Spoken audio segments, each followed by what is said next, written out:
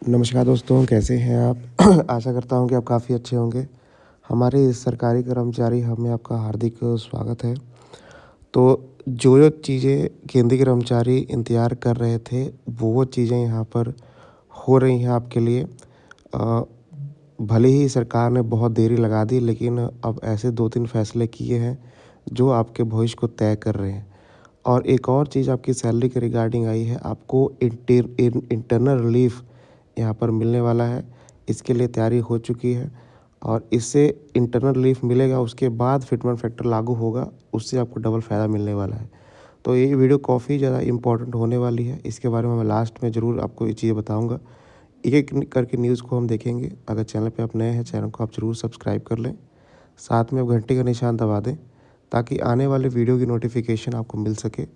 उसका फ़ायदा सबसे पहले आप ले पाएँ। ठीक है? और कोशिश करूँगा कि हर लिंक, हर ऑर्डर आपको डिस्क्रिप्शन बॉक्स में दे दूँ। वहाँ से आप डाउनलोड करके पूरा उसे पढ़ सकते हैं। तो चलिए स्टार्ट करते हैं हम पहली इन्फॉर्मेशन की तरफ। पहली इन्फॉर्मेशन जो है अपनी स्क्रीन पे आप देख पा रहे होंगे, और ये जो ऑर्डर, ये जो ऑफिस मेमोरेंडम लेटर निकाला गया है, ये हमारे 8वें वेतन आयोग के जो 3 मेंबर्स हैं, उनमें से एक के साइन आप नीचे देख पा रहे होंगे। ठीक है? अब ये क्यों निकाला गया है? भले ही प्रोसेस बहुत धीरे, क्योंकि सब कुछ मालूम है आपको। कल मैंने आपको बताया था कि बिल्डिंग का लेटर आ चुका है। यूनियन ने सब कुछ तैयारी कर ली है। अपने मीटिंग होने वाली है 25-26 फरवरी को। उससे पहले जो है जितनी भी पोस्टें खाली हैं, अपनी स्क्रीन पे आप देख पा रहे होंगे, जितनी भी पोस्टें खाली हैं 8वें वेतन आयोग के काम को में दिक्कत ना हो।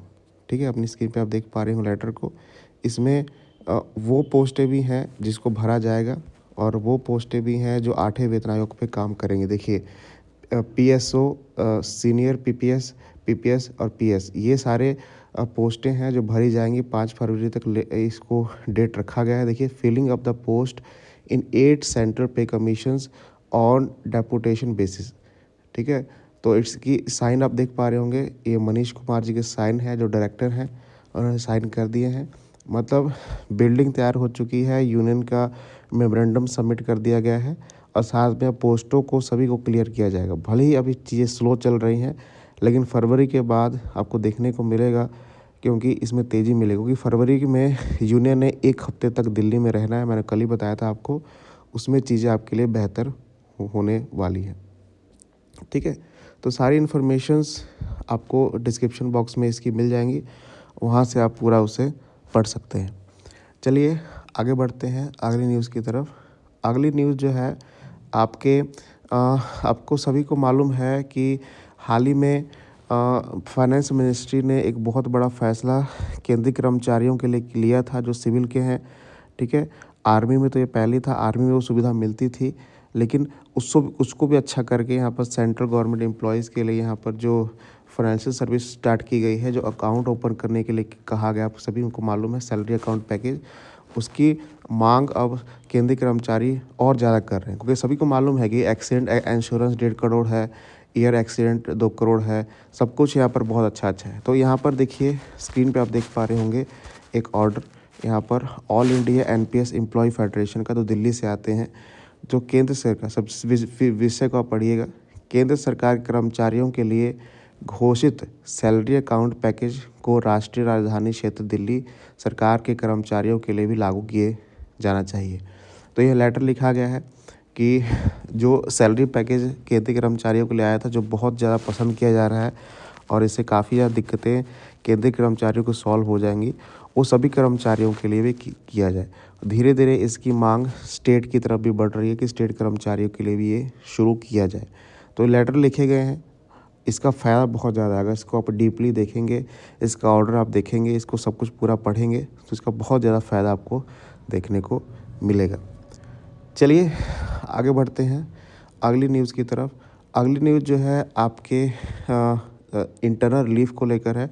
सब कुछ मालूम है आपको कि 1 हफ्ते तक जो है यूनियन दिल्ली में रहने वाली है। उन्होंने 1 हफ्ता क्यों लिया है? ठीक है?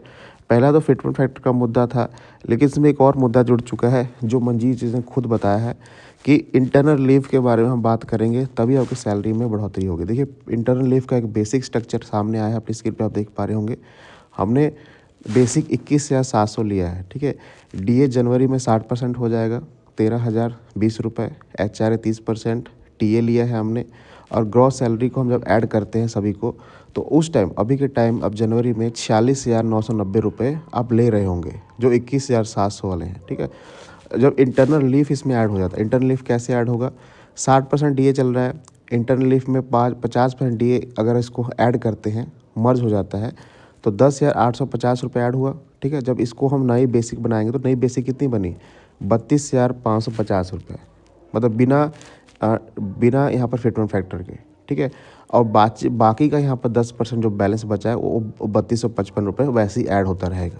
एचआरए 30%, यहाँ पर सब कुछ ऐड हुआ। जहाँ पर सैलरी पहले 46,990 रुपये थी, अब यहाँ पर कितनी हुई, 51,510 रुपये। ज़्यादा फ़र्क नहीं आया है, 5 से 6 हज़ार का फ़र्क आया है, मतलब 10%, 10 से 12% सैलरी बढ़ी है। और इसके बाद फिटमेंट फैक्टर लागू होगा।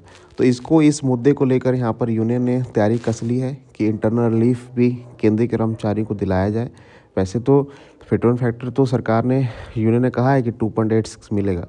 अगर इतने पे 2.86 मिलता है, वैसे मिलेगा नहीं, क्योंकि अगर इतना मिला है तो फिटमेंट फैक्टर कम ज़रूर होगा। लेकिन अगर यूनियन ये सोच रही है करवाने का, तो बहुत बड़ी बात है, ठीक है। अब देखते हैं इसमें कामयाबी मिलती है यूनियन को कि नहीं, लेकिन इसका पूरा स्ट्रक्चर, पूरा ऑर्डर यहाँ पर यूनियन ने सम्मिलित किया, क्योंकि आप सभी जानते हैं कि जो उन्होंने सामने सरकार की मांगें रखी हैं, इसमें ये भी मांग यहाँ पर बहुत ज़्यादा पसंद की जा रही है केंद्रीय कर्मचारियों के लिए, ठीक है। चलिए आगे बढ़ते हैं अगली न्यूज़ की तरफ। अगली न्यूज़ जो है आपकी अपनी स्क्रीन पे आप देख पा रहे होंगे, ये अगली न्यूज़ जो है सरकार की तरफ से यहाँ पर कोर्ट का फैसला यहाँ पर आया है, जो ORUP के संदर्भ में है।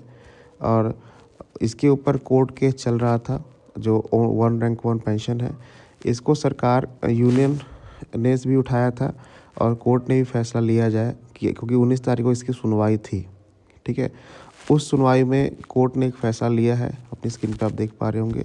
इस फैसले में ये चीज़ लिखी गई है कि अगली सुनवाई में इसको पूरी तरह क्लियर किया जाएगा, जितनी भी चीज़ें हैं इनको स्ट्रिक्ट एक्शन लिया गया है कोर्ट की तरफ से, कि जल्दी से इस जो ORUP की मांग को इतना लंबा खींचा जा रहा है, इसको जल्दी से सॉल्व आउट किया जाए अगली सुनवाई तक, मतलब फरवरी तक जब अगली बैठक होगी, इसको पूरा क्लियर किया जाएगा।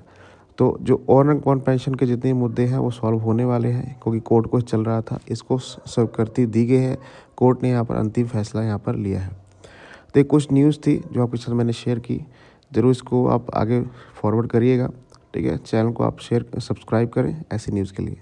धन्यवाद।